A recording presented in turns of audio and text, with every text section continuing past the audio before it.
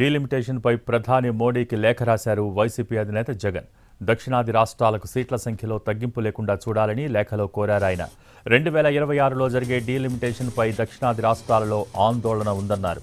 కేంద్రం ఇచ్చిన జనాభా నియంత్రణ పిలుపుతో గత 15 ఏళ్లలో దక్షిణాది రాష్ట్రాలలో జనాభా తగ్గిందని లేఖలో పేర్కొన్నారు. ఇప్పుడు జనాభా లెక్కల ప్రకారం డీలిమిటేషన్ చేస్తే దక్షిణాది రాష్ట్రాలకు భాగస్వామ్యం తగ్గుతుందన్నారు. అందుకే జనాభా లెక్కల ప్రకారం ఈ డీలిమిటేషన్ లేకుండా చూడాలని కోరారు జగన్. పార్లమెంటులో తీసుకునే విధాన నిర్ణయాలలో అన్ని రాష్ట్రాలకు సమాన భాగస్వామ్యం కల్పించేలా ఉండాలన్నారు. ఈ కోణంలో ఆలోచించి డీలిమిటేషన్ చేపట్టాలన్నారు వైసీపీ అధినేత జగన్.